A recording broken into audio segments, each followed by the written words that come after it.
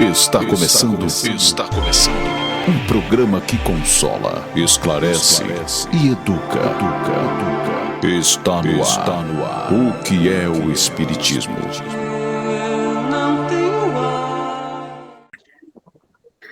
Olá, sejam todos bem-vindos ao canal do Grupo Divulgar Doutrina Espírita. Eu sou Andréa dos Anjos e esse é o programa O que é o Espiritismo? Programa que se propõe a esclarecer, a educar, onde juntos aprendemos mais sobre essa doutrina tão maravilhosa e tão libertadora, trazendo para a nossa roda de conversa sempre temas voltados às bases da doutrina espírita. E neste nosso 4º ano de programa no ar, estamos visitando os roteiros do EJE, que é o Estudo Sistematizado da Doutrina Espírita. Então, embarque conosco nessa viagem, nesse conteúdo tão importante. Você que ainda não fez o EJE, talvez se anime, busque estudar. Você que já fez, vamos conosco visitar esse conteúdo. Importante, a gente está sempre ligado ao, vamos dizer, o ABC da doutrina espírita. E hoje o nosso tema será as obras básicas. E, lógico, eu junto com meus amigos, meus companheiros do Grupo Divulgar. Seja muito bem-vindo, meu querido Antônio Reinaldo.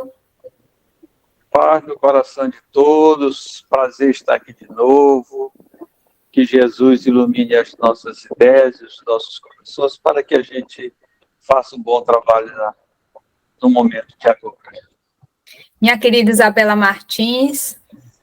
Olá, pessoal, tudo bem? É sempre um prazer estar aqui falando, sobre essa doutrina tão maravilhosa e consoladora. Vamos lá para mais um dia de bate-papo. E o querido Raimundo Souza. Olá, amigos. Mais uma vez aqui estamos para esse nosso trabalho de divulgação da doutrina consoladora, buscando informar cada um sobre as benesses do conhecimento. Então, vamos começar sempre ouvindo um momento de reflexão, nos preparando para a roda de conversa de hoje. Vamos lá. Ouça agora, momento de reflexão.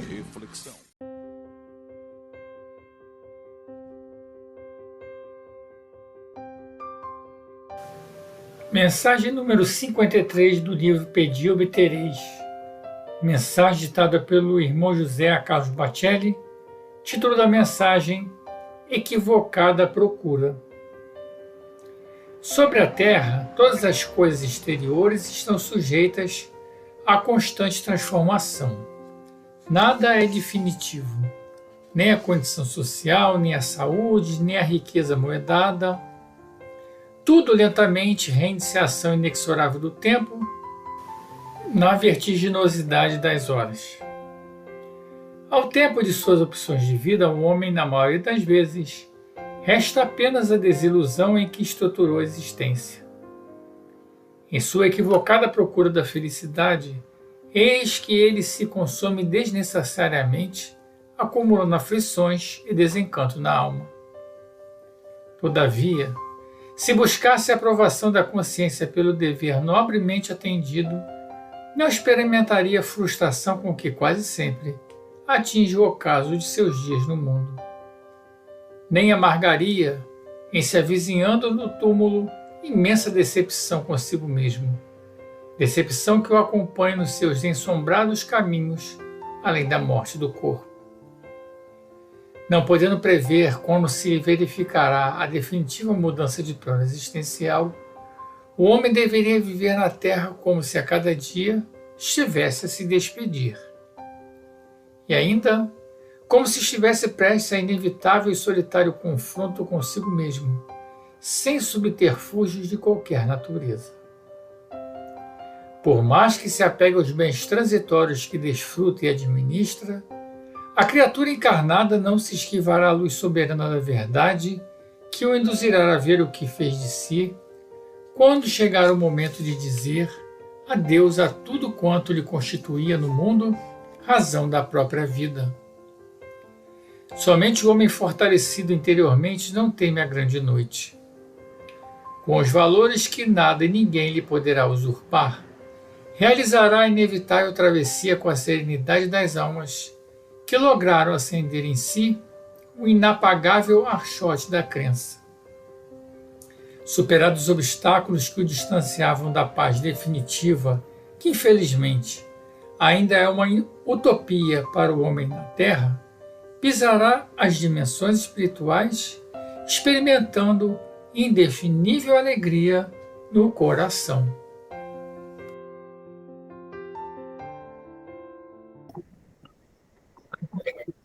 Como sempre, abastecidos com momentos de reflexão, vamos começar a roda de conversa de hoje. Mas antes, recadinho do coração. Você que ainda não é inscrito, se inscreva. Marca o sininho para toda vez que tiver vídeo novo você ser avisado. Não só do nosso programa, mas de todos os outros que a gente sempre está postando. Temos o Livro dos Médios, temos as reflexões reformadoras com a Wanda, Jesus por Emmanuel, que a gente está preparando a nova temporada. Segue a gente também nas redes sociais, que lá a gente deixa todos informados com os posts falando dos programas que irão ao ar no canal. Tudo organizadinho em playlist para você maratonar, compartilhar, nos ajudar a espalhar essa mensagem tão esclarecedora do Evangelho do Cristo, através da doutrina espírita. Tati, solta a vinheta. A partir desse momento, você acompanha a nossa roda de conversa. O Espiritismo em Debate. Vamos lá, meu amigo, seguindo o roteiro do ESG, tomo 1, a gente vai hoje falar sobre as obras básicas, e denomina-se obras básicas as 5 que foram publicadas por Kardec no período de 1857 a 1868, 11 anos de trabalho. Ele não só publicou essas obras, mas essas 5 que a gente vai estar falando hoje são as obras básicas, as basilares da codificação espírita. E aí, vamos começar pelo primeiro, que é o Livro dos Espíritos, e vai ser minha querida Isabela Martins que vai nos falar deste livro. Mas antes, me lembrei aqui agora, a gente vai pincelar nesse programa as 5 obras. Você que quiser saber mais dela, a gente fez programas um programa falando de cada obra, só você buscar na playlist do nosso programa, botar lá, por exemplo, Livro dos Médios, você vai achar o programa que a gente fez, a gente trouxe o convidado e trabalhou a obra toda no programa. Hoje a gente vai estar dando essa pincelada, seguindo o roteiro, mas temos também eles aprofundados aqui no canal, certo? Desculpa, minha bela, pode começar. Nada disso, é importante mesmo falar sobre isso, porque, gente, um programa aqui que a gente faz, né, mais ou menos 1 hora, é impossível falar, né, sobre uma obra única. Imagina tentar, né, pincelar e trazer um quadro sobre as 5 obras básicas, né, do Pentateuco Kardeciano. É difícil, mas a gente, obviamente, aqui vai deixar o gostinho de quero mais. Esse é o objetivo desse programa, né, além de tudo. Bom, o Livro dos Espíritos, eu acho que é o livro, mais fácil de ser falado, no sentido de que ele é o mais divulgado, ele foi a primeira obra, né, codificada por Kardec.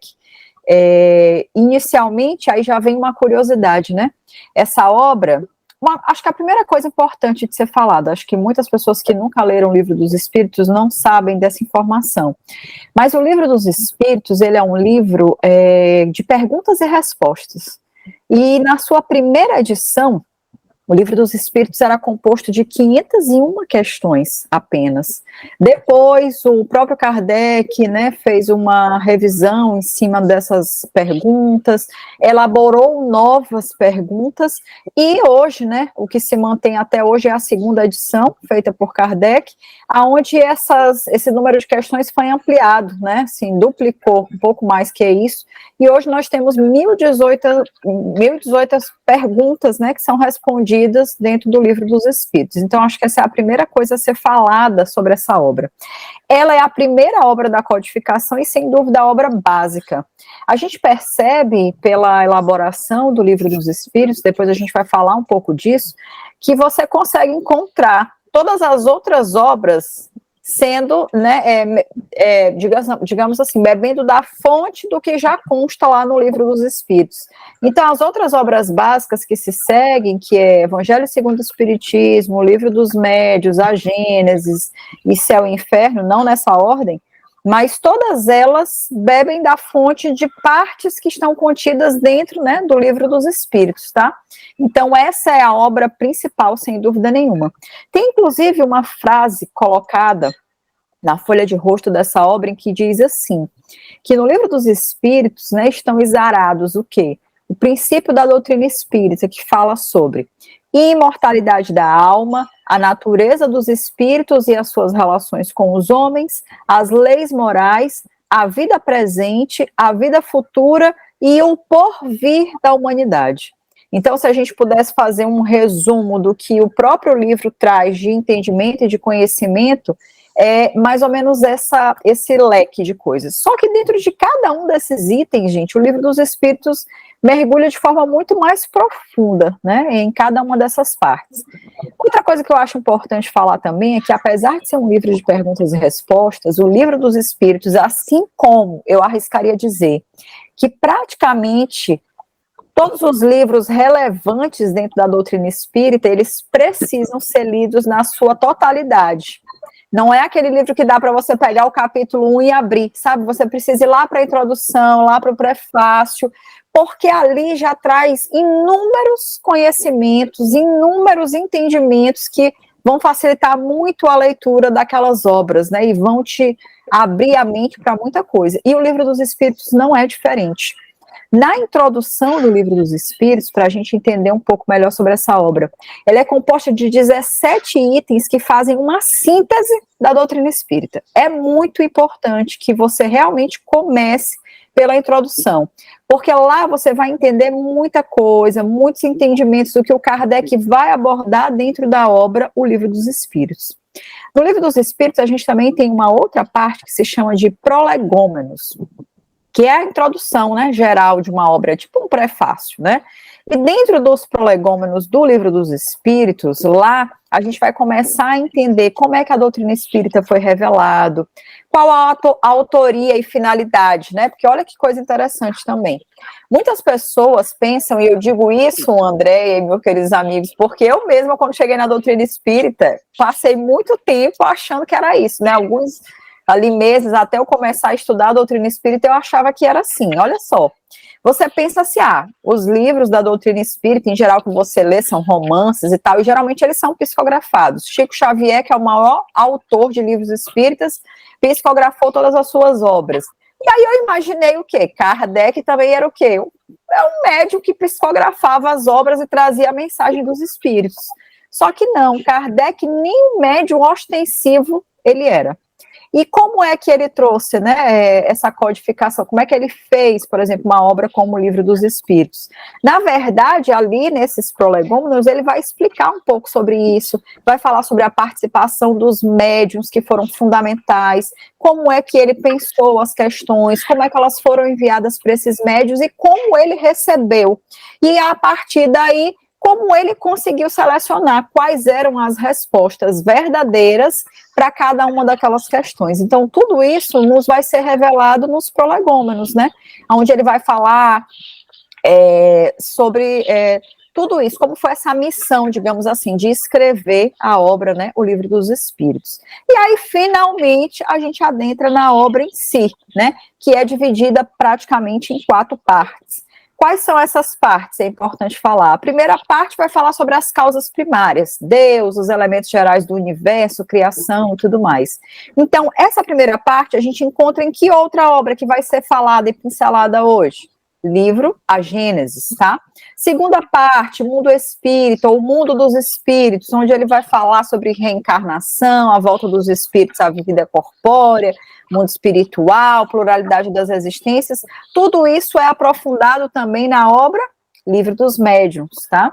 Terceira parte, as leis morais, né? Então ele vai falar sobre as 10 leis e explicar sobre cada uma dessas leis divinas, que também vai ser aprofundada na obra Evangelho segundo o Espiritismo. E a quarta parte, que vai falar sobre as esperanças e consolações, as penas e gozos terrenos e futuros, que vai ser abordado também na obra Céu e Inferno. Então, a gente percebe que o Livro dos Espíritos, ele faz uma grande introdução a tudo isso, né, que vai ser abordado e aprofundado em outras obras. Eu acho que, em síntese, tentando resumir muito o que é essa grandiosidade do Livro dos Espíritos, eu acho que, para mim, as partes mais importantes a serem consideradas, André, eu acho que seriam essas.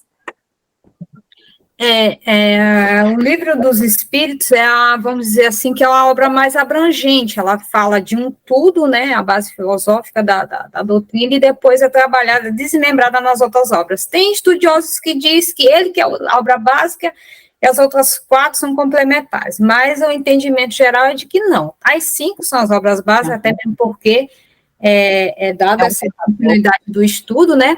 E a Isabela falou uma coisa muito importante, de começar pela introdução, seguir prolegômenos, ele é um livro para ser lido na ordem. Todo livro, porque ele é um livro de estudo, e livro de estudo tem que ser dessa forma mesmo. A gente vê a introdução, porque o autor já diz ali o que ele está trazendo e como tem que ser estudada a obra, e ele justamente tem uma sequência de ideias, como o nosso professor Rivail catalogou, codificou, então, para ter uma sequência de entendimento, a gente tem que seguir a ordem de estudo, inclusive, até mesmo de estudo das obras, porque para você, eu quero começar aqui por Céu e Inferno, você não vai entender o que ele está falando, porque você não estudou o Livro dos Espíritos, que estão todos os termos novos que ele traz, espiritismo, doutrina espírita, tudo ele traz no Livro dos Espíritos, e explica por quê. Então, se você não estudou, você não vai conseguir entender as outras obras. E, Andréia, dentro disso que tu está falando, me veio uma seguinte observação. Quando você quer estudar a doutrina espírita, não dá para não fazer dessa forma que a Andréia está colocando. Isso tudo que foi falado é muito importante.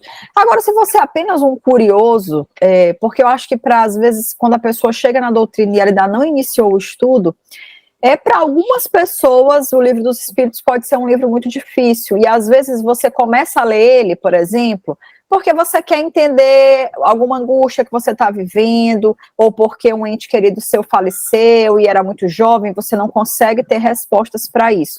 E aí, se você vai começar a coisa da introdução e tudo mais, às vezes você perde um pouco o interesse porque você está vivendo um momento de angústia e ansiedade e não consegue chegar lá. Então, em situações específicas como essa, em que o objetivo não é o estudo, eu acho que a obra ela já responde bem se você for direto àquele ponto. Então, você pode fazer uma busca, ou com amigos que estudem a doutrina espírita, ou em sites de busca e tudo mais, querendo saber sobre questões específicas que você está vivendo.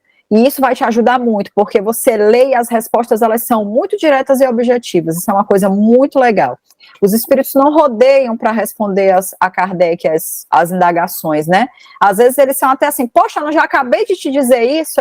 São formas até bem curiosas, né, de abordar algumas coisas. Eu falo, gente, eles já estão sem paciência com Kardec aqui nessa questão.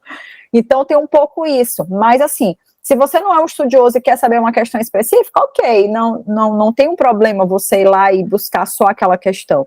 Mas se você é um estudioso, precisa seguir esse passo a passo que a Andréia falou. Alguém mais quer comentar sobre o Livro dos Espíritos? Só que você falou que o Livro dos Espíritos precisa ler desde o início, porque lá na introdução, não é a introdução do livro, é a introdução da doutrina. Né? A introdução da doutrina dos espíritos, então você tem que buscar desde a introdução para saber, porque é a introdução da doutrina, não a introdução do livro. E com referência a você ter dificuldade, às vezes, para começar a ler o Livro dos Espíritos, também pode buscar um livrinho muito simplesinho, que é o Espiritismo. Né?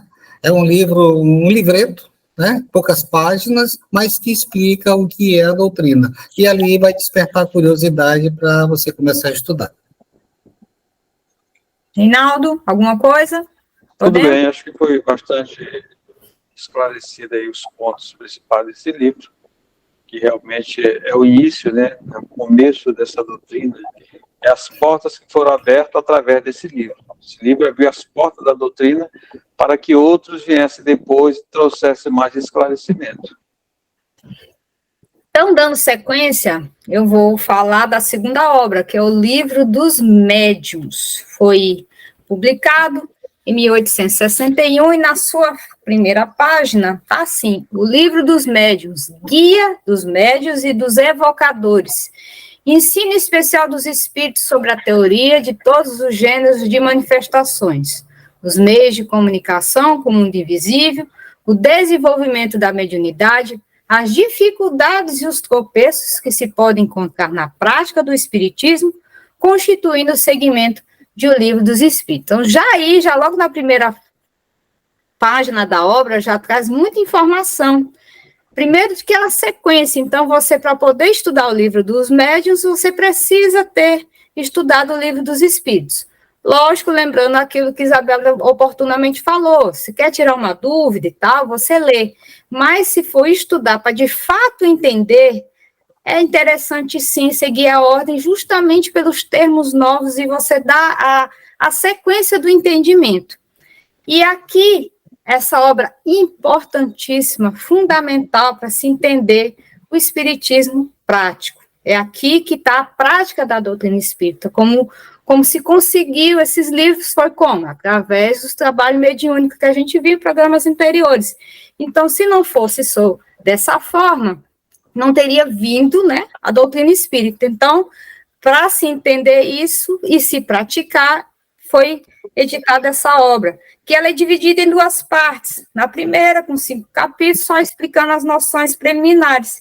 E a sua segunda parte, composta de 31 capítulos, aí sim ele trabalha sobre os tipos de mediunidade, os tipos de médium, os escolhas, as dificuldades e a sua preocupação no final da obra, onde tem como organizar, né, a Sociedade Espírita Parisiense, de como ter o centro, de como ser as reuniões mediúnicas, que a mediunidade com Jesus, que é a proposta da doutrina espírita, tem que passar pelo livro dos médiuns, que onde Kardec nos traz esses ensinos.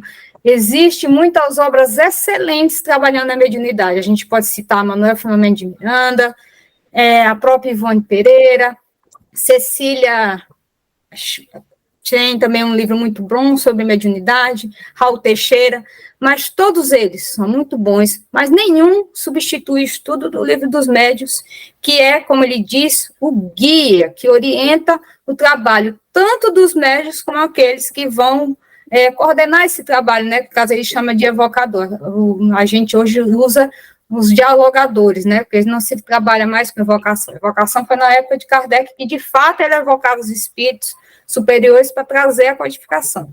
Nós hoje, como diz bem Chico, o telefone toca de lá para cá, então a gente só recebe a ligação e conversa com os espíritos, mas ele nos traz esse guia para nos orientar como fazer de fato esse trabalho.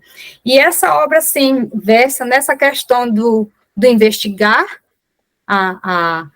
o trabalho mediúnico e como isso se dá, as dificuldades, como a mediunidade suspende. Você quer saber se existe mediunidade nos animais? É nessa obra que é trabalhado. Ou eu tenho pode ter múltipla mediunidade? É nessa obra que é trabalhado. É uma obra que muitos dizem que é difícil de estudar. De fato, ela é sim, não é fácil. Não vou dizer que é um livro fácil de ler, porque é um livro científico, e como toda obra científica, ela é densa, mas é extremamente necessária. Eu costumo dizer, nos estudos de mediunidade, que a gente que trabalha em mediunidade se lança no escuro. E o que nos dá direcionamento é o estudo. É ele que nos dá o direcionamento, e aí a gente vê, de fato, a fé raciocinada que é falada pela doutrina espírita, porque a gente estuda e entende porque a gente se lança a esse trabalho confiante na equipe espiritual, confiando na providência divina que está coordenando tudo, que vai nos orientar e que vai coordenar, de fato, esse trabalho, mas quem nos dá essa sustentação, essa base firme, como Cristo disse, construir a tua casa em solo firme e não na areia, é o estudo sério dessa obra, fundamental para a gente, de fato, entender a dificuldade, a necessidade do trabalho mediúnico. Aberto aos meus amigos. É importante também falar, André, que nós temos um programa chamado Estudando o Livro dos Médiuns. Sim. Tá? Para você que já leu o Livro dos Espíritos, já deu uma estudada no Livro dos Espíritos, pode pegar o nosso programa lá do capítulo 1, né? Nós estamos no 136, né? No programa 136, falando exclusivamente de mediunidade, comentando cada um dos itens do Livro dos Médiuns, entendeu? Com Claudete Moura, uma excelente pesquisadora da mediunidade. tá? Então ela explica, ela conta não só o que se passa lá no livro, ela não comenta só o que se passa no livro, ela fala de vivência também com a espiritualidade. E isso é muito importante, porque além dela falar do questionamento que está lá no livro dos médiuns, ela te mostra também um pouquinho da vivência dela com relação ao contato que ela mantém com a espiritualidade através da mediunidade. Uma coisa que a Andrea colocou aí que eu achei muito interessante e válido da gente ressaltar e deixar claro é que para muitas obras, mas eu acho que principalmente para essa obra do Livro dos Médiuns, é uma obra que realmente requer da gente um estudo em grupo. Eu sei que as outras obras é muito fácil da gente fazer a leitura e o estudo e o acompanhamento, muitas vezes sozinho, solitário, sabe? Até mesmo o Evangelho no Lar, por exemplo, é uma tarefa que nos pode ser executada de forma solo. Mas eu acho que, de todas elas, eu acho que o Livro dos Médiuns é aquela que requer uma participação de outras pessoas, porque a gente corre muito risco de fazer uma interpretação equivocada do que é colocado nessa obra. E a participação em grupo nos ajuda a nos manter ali dentro do que deve ser, de como as coisas deveriam acontecer e tudo mais. Então, eu acho que ela nos clareia, sabe? Assim, às vezes a gente faz uma leitura e interpreta equivocadamente uma determinada coisa, um determinado entendimento sobre o que ele fala sobre mediunidade, e a leitura em grupo nos traz para o centro, né, de olha, não, é bem isso, vamos entender que ele está falando aqui é tal e tal coisa. Então, eu acho que essa obra em especial, ela requer, assim, um estudo em grupo, mais do que uma leitura individual ou solta, né. Reinaldo? Esse livro realmente é um livro, eu acho que ele é muito bom para se ler, mas é um livro especificamente para estudo, não é um livro para leitura, não é um livro para você pegar e ler, é um livro para você estudar realmente, porque você tem que entender o que tem ali, porque ali é a parte prática da doutrina, e para você entender a mediunidade, você não pode só ler, você tem que estudar, pensar, ver o que ele está dizendo, como é que a coisa acontece. Tem um livro especificamente para estudo. Qual que é o Evangelho? Você lê ali para você momentos, até de momentos de reflexões, para você se concentrar, relaxar, fazer alguma coisa a mais. O livro dos Espíritos também, ele traz algumas conotações assim, que você mais, o livro dos médiuns é um livro especificamente para estudar. E aí, como a Isabela falou, eu reforço o grupo. Você individualmente, ainda mais se você for, digamos, tiver pouco conhecimento da doutrina. Aí é que você vai ler muita coisa e não vai entender quase nada. Por exemplo, a primeira vez que quando eu comecei a ler, no começo eu não entendia nada do livro.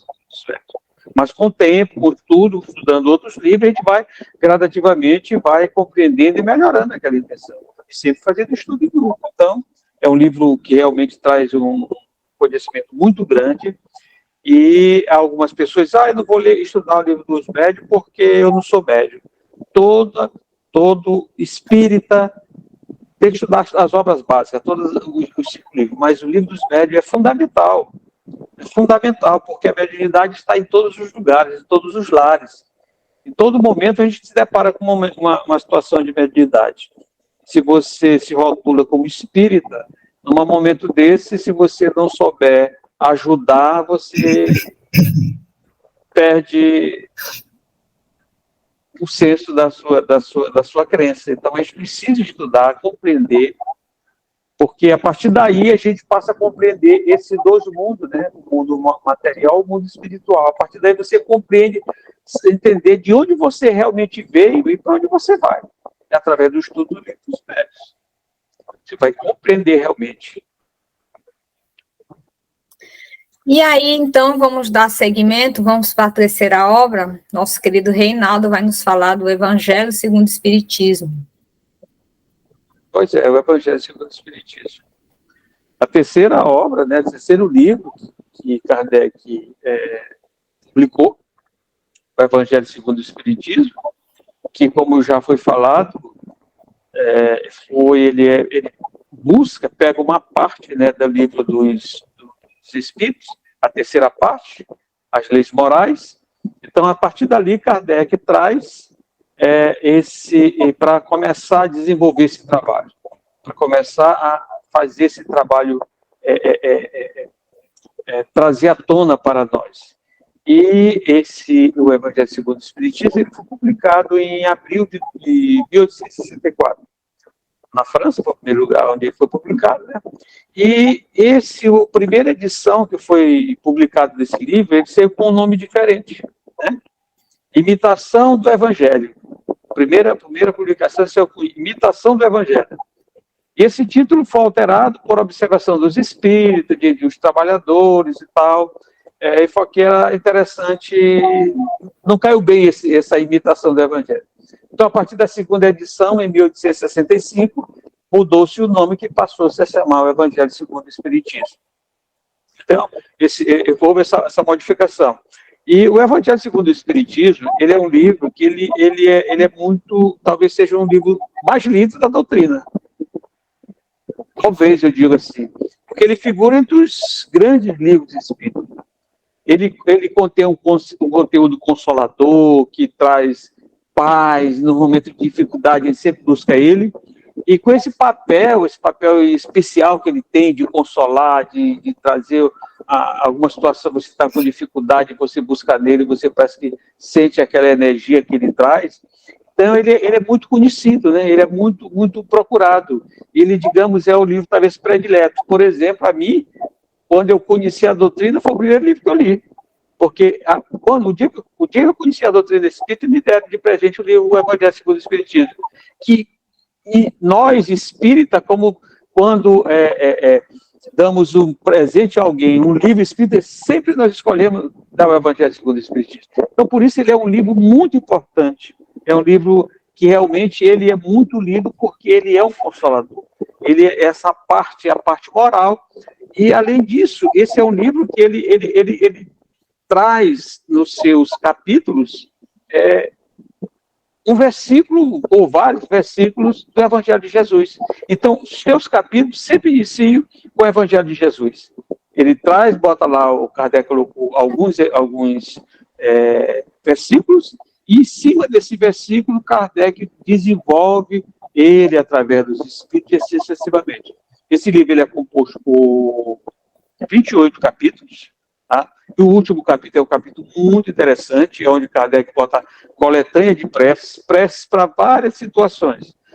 Na realidade, são preces, ele dá uma ideia de como se deve orar, de como se deve fazer a prece. Tem uma ideia muito interessante que ele coloca lá e que traz para várias situações da nossa vida para a gente ter uma noção, que alguns de nós, às vezes, não tem muita ideia de como orar. E até isso ele se preocupou nesse livro. Então, é um livro muito interessante. E tem outra coisa importante nesse livro, que foi muito bem trabalhado, porque o Evangelho de Jesus, o Evangelho do Cristo, ele tem, digamos, assim, dividido em 5 partes, não é isso? Os atos comuns da vida do Cristo, os milagres, as predições, as palavras que foram tomadas pela igreja para o fundamento das seus dogmas e os ensinamentos morais. Então, bem aí está o Evangelho de Jesus. Só que essa quarta parte, os ensinos morais, essa aí não há nenhuma divergência, não há controvérsias. As outras há controvérsias. Cada um interpreta da sua maneira, cada um pensa da sua maneira. E a quinta parte, não há controvérsia. Há ensinamento moral, a parte moral do ensinamento do Cristo. Então, Kardec foi buscar nessa parte, para colocar no Evangelho segundo o Espiritismo, para que não haja controvérsia, para que não haja nem uma sensação ou oportunidade de se fazer questionamento. Pelo contrário, ele traz essa situação e desenvolve um trabalho onde abre verdadeiramente as portas para a compreensão do Evangelho de Jesus.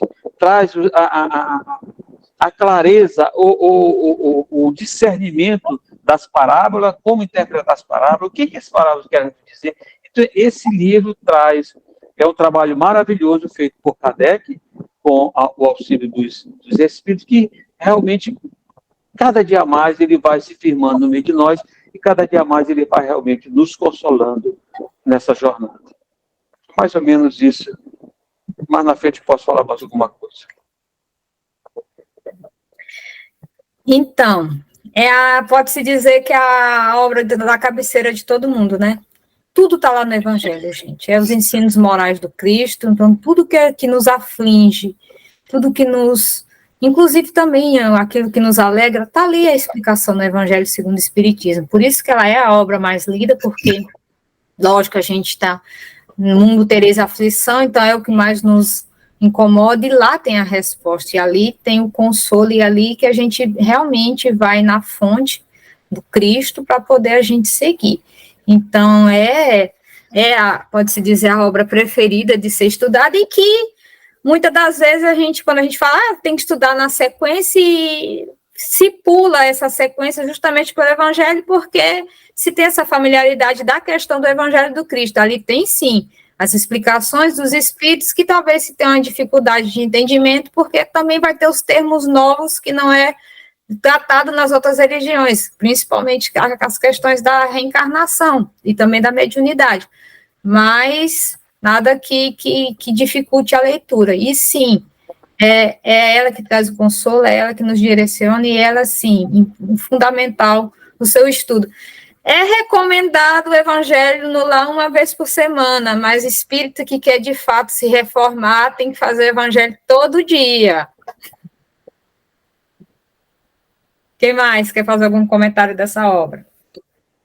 Não, eu ia dizer que, sem dúvida, ela é a mais prazerosa, mas a André acabou já fechando bem aí, né, falando por que disso, né, porque ela é a mais consoladora. É muito agradável usar o livro, né, o Evangelho segundo o Espiritismo, como leitura diária, porque ela é uma fonte que nos reabastece, ela nos traz palavras de incentivo, de esperança, né, diferente das outras obras, às vezes, por exemplo, vamos supor, você vai abrir o céu e o inferno, né, se você cai na parte que traz as comunicações de um espírito sofredor, confesso que não vai te deixar um dia assim muito animado. Mas quando você abre o Evangelho, por mais que você caia num capítulo como o capítulo 5, que fala sobre bem-aventurados os aflitos, que é o maior capítulo do Evangelho segundo o Espiritismo, por que será, né? Porque sofremos tanto. Você ainda assim vai ler e vai sair revigorado, vai sair entendendo por que você está sofrendo. Ainda que o livro não te diga, não passe a mão na sua cabeça dizendo que aquilo é uma injustiça, pelo contrário, ele vai te dizer que aquilo é porque você precisa aprender algo com aquela situação, ou porque algo, né, posteriormente você vai compreender melhor o porquê disso, e etc e tal. Ainda que tudo isso seja dito, a forma como o Evangelho aborda essas questões, como os Espíritos nos trazem, é de uma grandiosidade que nos traz calma. A gente fica tranquilo, né, depois de, poxa, então tá bom, então eu preciso ser resiliente, então vamos lá, vou encarar isso aqui e tal, essa maré é ruim, mas eu vou sair dessa, sabe? Então, assim, no fundo, o Evangelho sempre te traz uma palavra de esperança, assim, sabe? Você tem a certeza que no futuro, que as coisas vão melhorar, é um pouco disso o Evangelho, por isso é um livro, né, tão agradável. E é um livro que realmente dá vontade de você ler todos os dias. E não é por acaso que ela é a obra mais lida do Pentateuco, até mais do que o Livro dos Espíritos, que é a obra principal. O Evangelho, segundo o Espiritismo, é a obra mais lida, sem dúvida nenhuma. Podemos seguir? Vamos então para a quarta obra, que quem vai nos trazer é nosso querido Raimundo, falando sobre o céu e o inferno. O céu e o inferno, o nome já diz, né? Vai trabalhar justamente nas questões de como se dá a justiça divina. Será que existe céu? Será que existe inferno? Será que existem penas eternas? Então, o que esse livro vai nos trazer, gente? Né? Bom, o livro fala da justiça divina segundo o Espiritismo, né? Ele é o exame comparado das doutrinas sobre a passagem da vida corporal à vida espiritual. Olha que interessante. Sobre as penalidades e recompensas futuras, sobre os anjos, os demônios, sobre as penas, etc., né? Tem muita coisa nesse livro, assim, que só lendo, né? Só lendo. Então, segundo seguido de numerosos exemplos acerca da situação real da alma durante e depois da morte, ele vai falar também.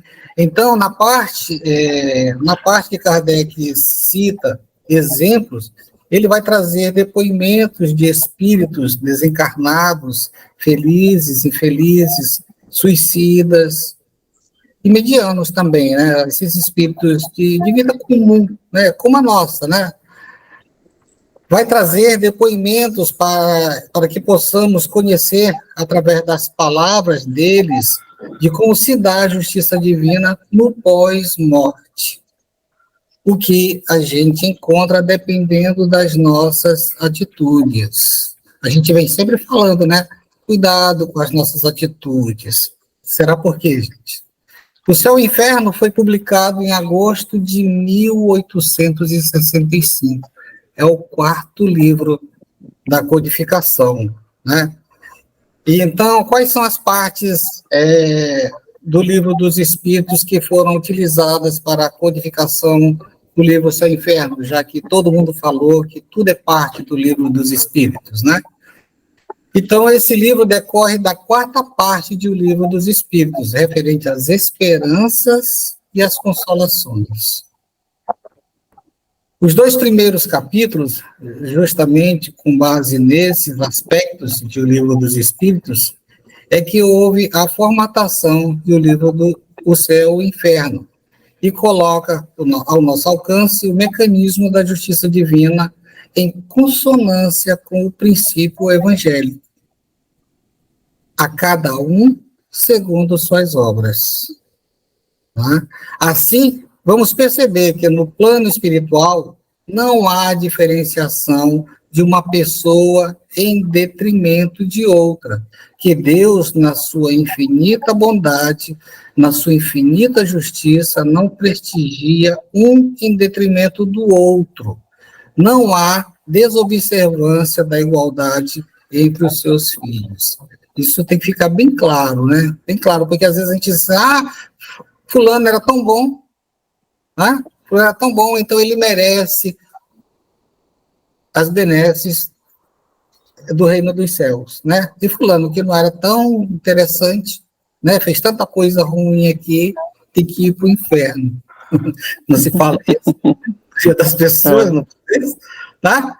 Então, segundo a lei de causa e efeito, cada um, segundo as suas obras, vai colher na vida após a morte uma condição de alegria, uma condição de felicidade, ou uma condição de dor, uma condição de sofrimento, segundo as suas obras.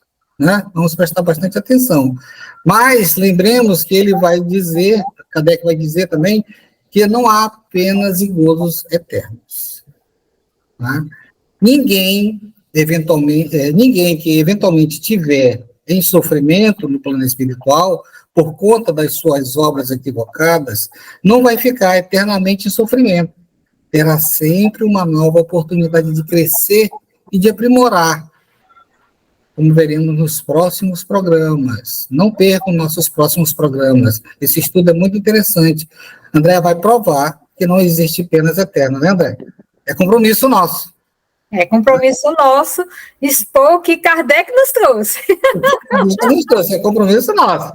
A lei do progresso é uma lei de Deus. Todos nós nascemos e vamos progredir até alcançarmos a felicidade e a perfeição.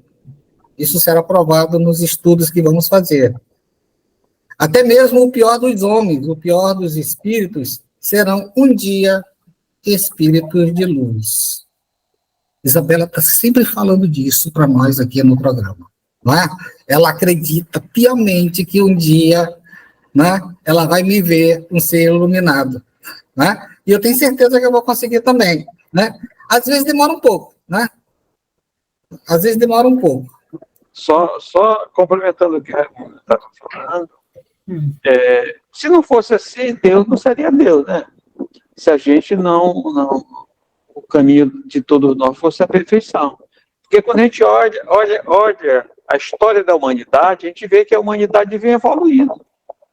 Ela vem evoluindo e então a tendência é que nós vamos chegar a um estágio de superioridade, digamos, no sentido de evolução. Então, Deus, ele nos criou, não foi para sofrer. Nós sofremos pelas nossas imperfeições, pelos caminhos equivocados que trilhamos, mas Deus nos criou para a perfeição.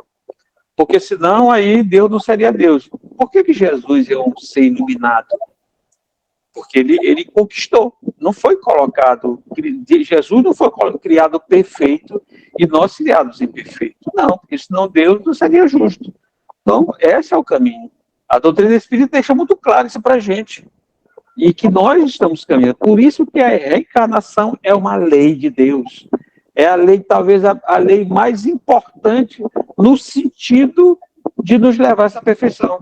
Porque se não houvesse reencarnação, nós nunca seríamos perfeitos. Porque numa vidinha só dessa, de poucos anos, nós não teríamos condição de atingir a intelectualidade perfeita, nem a moralidade perfeita para chegar próximo de Jesus. Seríamos sempre esses serezinhos insignificantes dentro da criação, que nós, às vezes, achamos que nós que da Terra somos muito importantes, somos mais importantes, mas com certeza tem outros planetas muito mais evoluídos que o nosso. Então, esse é o nosso caminho, realmente. Não tem outro caminho que não seja atingir a perfeição. Jesus disse, né, que nenhuma ovelha do seu rebanho se perderá. Então, se ele está dizendo isso, então todo mundo um dia atingirá a perfeição. E outra coisa importante dessa obra, que muito é falado na nossa sociedade, a carne é fraca, a carne é fraca. Na obra tem esse item justamente falando da questão, respondendo essa pergunta, se a carne é fraca. Então, é uma obra que explica muito bem essa questão, essa justiça mesmo divina, se de espíritos serem anjos ou demônios, e tem essa explicação do céu e inferno, na questão o céu e inferno pagão e cristã, e aí a gente vê que parece que a coisa vai piorando, né, conforme vai se aumentando o conhecimento, e aí mostrando justamente, pela lei da reencarnação, a justiça e o amor de Deus para com todos nós. Mas comentar, Isabela, sobre o céu e o inferno? Não. Certo. Então, dando sequência, vamos para a quinta obra do Pentateuco, que é a Gênese, que vai nossa amiga Isabela falar dela. Bom, pessoal, chegamos finalmente, depois dessa caminhada, né, pelas obras da doutrina espírita, chegamos finalmente à última obra publicada, né, por Kardec, dentre as 5 obras, tá, gente? É bom, importante frisar isso, porque como o André já falou lá no início do programa, outras obras foram publicadas por Kardec, mas não fazem parte da codificação, como a gente costuma nomear, né? Essa obra, a Gênesis, ela foi publicada em janeiro de 1868 e ela tem como nome a Gênesis, os milagres e as predições segundo o Espiritismo, né? E aí, com esse livro, a gente fecha a codificação espírita nas suas 5 obras. Acho que o principal objetivo dessa obra, né, que é importante a gente falar, como o próprio título fala, né? Na verdade, essa obra ela estuda 3 pontos principais. A Gênesis em si, ou seja, a criação dos seres, né? Como é que tudo isso surgiu. Na obra Gênesis, a gente começa a entender como foi um pouco da criação de tudo. Inclusive, ela esclarece muitas coisas contidas no Antigo Testamento e ela também nos traz esclarecimentos sobre muitas interpretações equivocadas que nós fazemos sobre essas passagens antigas. Acho que um exemplo clássico aqui para a gente, que para mim, pelo menos quando eu li, foi muito marcante, que eu falei, caramba, então é isso aqui. E eu tinha uma ideia completamente equivocada dessa passagem, né? É sobre a própria criação, por exemplo, da mulher, né? A mulher criada da costela de Adão sempre me remeteu a uma ideia ou a um entendimento de que a mulher é inferior, porque nós vivemos até hoje, né, numa sociedade em que a mulher é inferiorizada constantemente, comparativamente ao homem, e eu nunca consegui entender, estando em outras religiões, que fosse diferente a interpretação. Então, assim, a mulher era um pouco menor, porque ela vinha de uma parte do homem, de uma coisa que, sabe, uma pequena costelinha ali fez a mulher, sabe, assim, já dá essa conotação. Então, eu passei muitos anos da minha vida com esse entendimento, com essa interpretação equivocada. E somente quando eu li o livro A Gênesis, né, de Kardec, foi que eu consegui ter um olhar completamente novo sobre essa interpretação. E qual seria esse olhar, Isabela? Lá os espíritos vão trazer para a gente, para o nosso conhecimento, que a ideia que Deus quis nos passar quando criou a mulher da costela de Adão é que ela não era feita de algo diferente, que ela era composta da mesma carne, sabe ali? Então, sangue do mesmo sangue, carne da mesma carne. A ideia era dizer, olha, são duas criaturas iguais. Existem diferenças? Existem, mas elas são feitas do mesmo material. E eu nunca tinha conseguido fazer esse entendimento, sabe? Eu fazia uma interpretação equivocada. Então, eu acho que ler o livro A Gênesis traz uma série de conhecimentos como esse que eu estou dando aqui agora e amplia os nossos olhares. Então, a primeira parte do livro vai falar sobre essa criação, sobre esse surgimento do mundo, da vida, do homem, né? E aí, depois, ela vem falar sobre os milagres, né? Que é aquilo que a gente entende meio que sobrenatural, mas que a gente já vem, quando vem estudando as obras básicas, compreendendo que são fenômenos da natureza, que são coisas completamente compreensíveis, que até mesmo a própria mediunidade, que é uma coisa que muitas pessoas têm dificuldade de compreender, elas fazem parte dos fenômenos naturais, não é um dom, não é uma coisa especial que pertence a um grupo seleto de pessoas, não é nada disso. Então ela vem explicar um pouco os milagres, as coisas que a gente tem dificuldade de compreender como sendo naturais. E vai falar um pouco sobre essa coisa da predição, que seria o quê, gente, a predição? Essa capacidade de conseguir ver além, sabe, de compreender um pouco do futuro. Obviamente que não é essa predição no sentido de que, olha, você obrigatoriamente vai passar por isso aqui, não. Por quê? Porque nós somos os senhores do nosso destino, no sentido de que eu posso mudar a qualquer momento aquilo que eu estou vivendo, aquilo que eu estou fazendo. E sempre que eu mudo essa constituição do presente, eu mudo o meu futuro também. Mas nas predições a gente vai entender que quanto mais a gente evolui, quanto mais a gente cresce, a nossa visão de mundo ela também se expande e, consequentemente, a gente consegue ter um olhar mais abrangente sobre as coisas. Então, nessa obra, a gente vai conseguir entender, olha, sobre coisas que a gente tem como distantes e vai trazer isso para a nossa realidade, para o nosso dia a dia, e ter um olhar muito diferente sobre a vida, né, sobre o surgimento disso tudo. Tem uma mensagem que foi encaminhada para Kardec, falando, né, depois da publicação dessa obra, e que essa mensagem é datada do ano de 67, em que o espírito disse assim para Kardec, olha, pessoalmente estou satisfeito com o trabalho, né, de elaboração da obra A Gênesis, mas a minha opinião pouco vale a par da satisfação daqueles a quem ela transformará. O que, sobretudo, me alegra são as consequências que produzirá sobre as massas, tanto no espaço quanto na terra.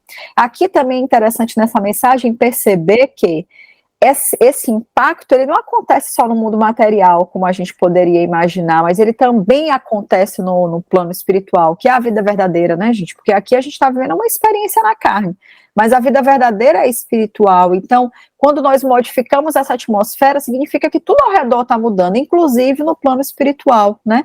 E aí ele diz que muitos ficaram realmente abalados pelos novos estudos que a Gênesis trouxe. Eu, por exemplo, acabei de dar um único exemplo, mas poderia dar outros aqui, né, de coisas que eu li que foram muito impactantes. Tem uma coisa no final do livro A Gênesis também que me impactou muito, que ele fala sobre o que é a chegada de um novo tempo, o que é a chegada de um plano de regeneração, que às vezes a gente tem a ideia de que vai vir um meteoro, vai acabar com todo o planeta, como existiu a dos dinossauros, e ele fala que não, que é uma mudança mental, que são questões psíquicas, emocionais, reestrutura dessa sociedade que a gente vive, dos pensamentos que a gente tem, são essas coisas que vão se modificar, né, nesse momento de transição que a gente está vivendo. Então a gente começa a perceber que realmente estudar uma obra como a Gênesis muda, abala muitos conceitos e as coisas que a gente tinha. E aí ele ressalta que a partir dessa obra, muitos estudos, muitas pesquisas e muitos outros livros surgiram tentando entender o que Kardec abordava nessa obra. Então, olha só, né, foi uma obra pequena comparada a outras, uma obra mais fina, mas assim, com conteúdos extremamente importantes. E para fechar a minha fala, eu queria falar uma coisa sobre essa obra, que ela não está contida dentro desse estudo que a FEB faz, do estudo sistematizado da doutrina espírita, que é abordado nas casas espíritas, mas é que eu acho que é muito importante para que os próprios facilitadores também levem isso a conhecimento do público, porque, gente, tem coisas que eu acho que não precisam ser faladas, por exemplo, numa palestra e tal, onde você tem um público muito mesclado, né, de pessoas que não necessariamente estudam a doutrina e não necessariamente são espíritas. Mas quando você está dentro de um estudo sistematizado, com o propósito de debater, esclarecer sobre aquela temática, eu acho que você precisa trazer assuntos que são um pouco mais polêmicos, mas que precisam ser esclarecidos.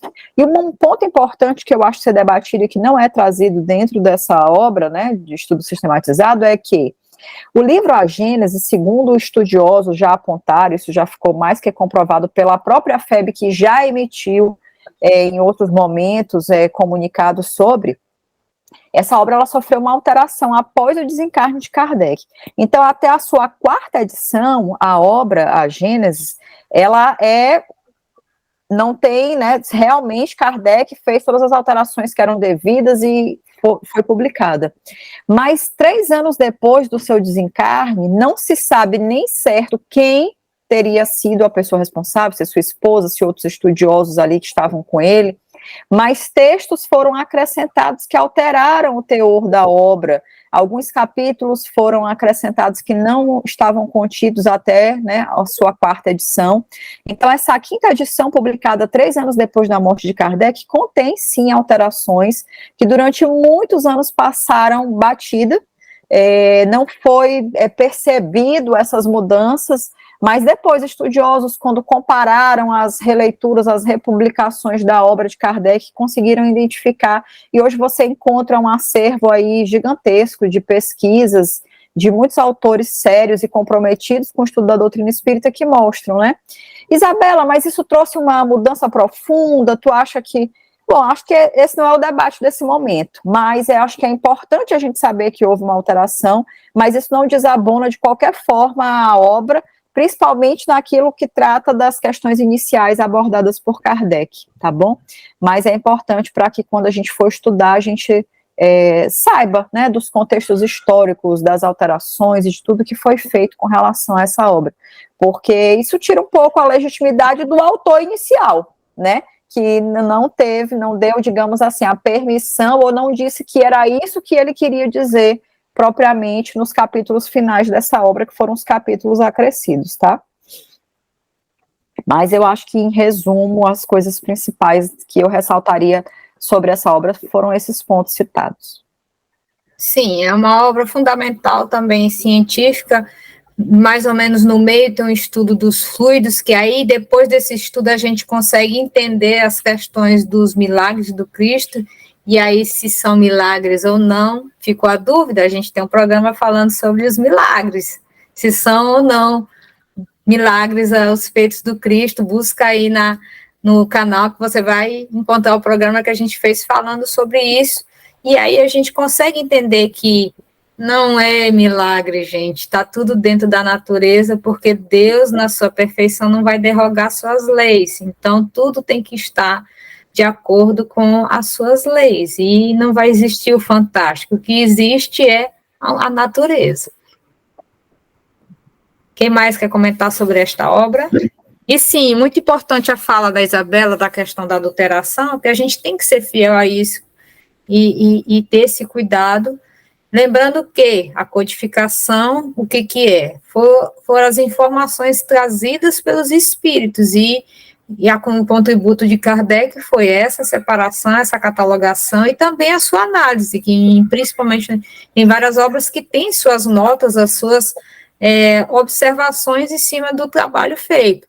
Então, não é um achismo, é algo que foi trazido e passado por todo o crivo, aqueles critérios que a gente trouxe nos programas anteriores falando, para justamente as obras, né, as 5, serem fiéis aos ensinos que os espíritos quiseram nos trazer. Meninos? E as dúvidas que a gente tiver também tirar dessas obras básicas, né, a gente tem lá na frente, Kardec fez também as revista espírita, tá? Então tem tudo confirmado lá na revista espírita, fatos novos, fatos que têm uma relevância muito importante, tá? E foi lendo lá essa revista espírita que se achou essas alterações que foram feitas posteriormente, né? Porque na revista espírita que colocou da maneira como ele pesquisou, tá? Como ele pesquisou. E é muito interessante que a gente leia todas as obras referentes ao espiritismo, quem quer aprender, quem quer se posicionar dentro da doutrina, tem que estudar, gente. Não dá para fazer achismo, não, tá? Porque está tudo dentro da normalidade. Não existe nada de fantástico, certo? Não existe quando se fala assim, aquele médio é fantástico. Não.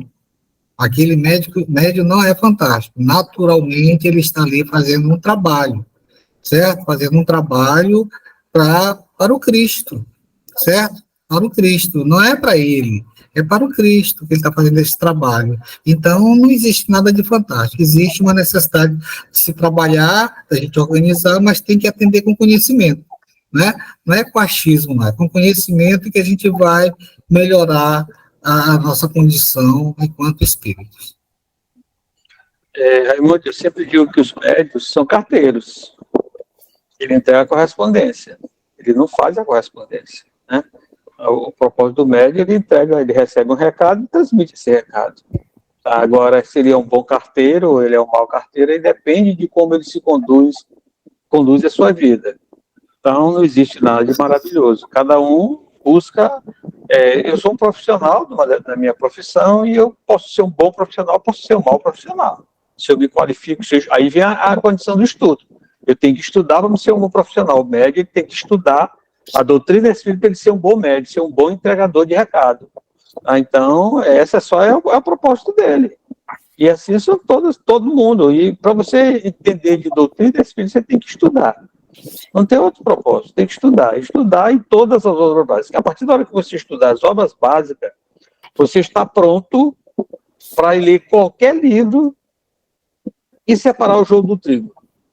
Porque tem muitos livros por aí que está cheio de joio.